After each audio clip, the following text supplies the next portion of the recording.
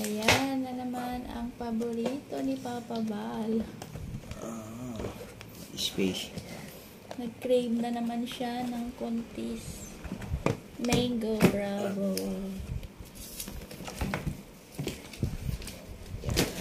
Kuha lang ako ng chillo.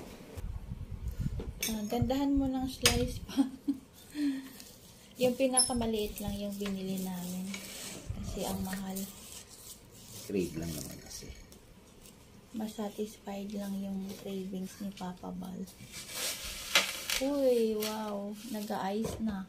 Kaya minsan nagtatrabaho ka para Sabi ni Papa Bal, para kumain. kumain. Para may pambiling pagkain. Ito yung mga maliliit na bagay na i-reward mo sa sarili mo. Yeah. Maliit yan, pero mahal. Oo, hindi naman araw-araw. Hindi ko naman.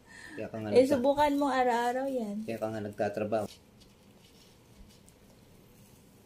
O, dandahan. O, tingnan nyo, ganito kalaki agad yung kakain ni Papa Bal. 1/4. 1/4 agad. Lang naman yun. Yan. Kayang-kaya ni Papa Bal ubusin yung isang ganito.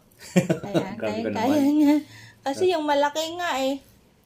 Ito, ang liit lang nito eh. 3 kainan lang.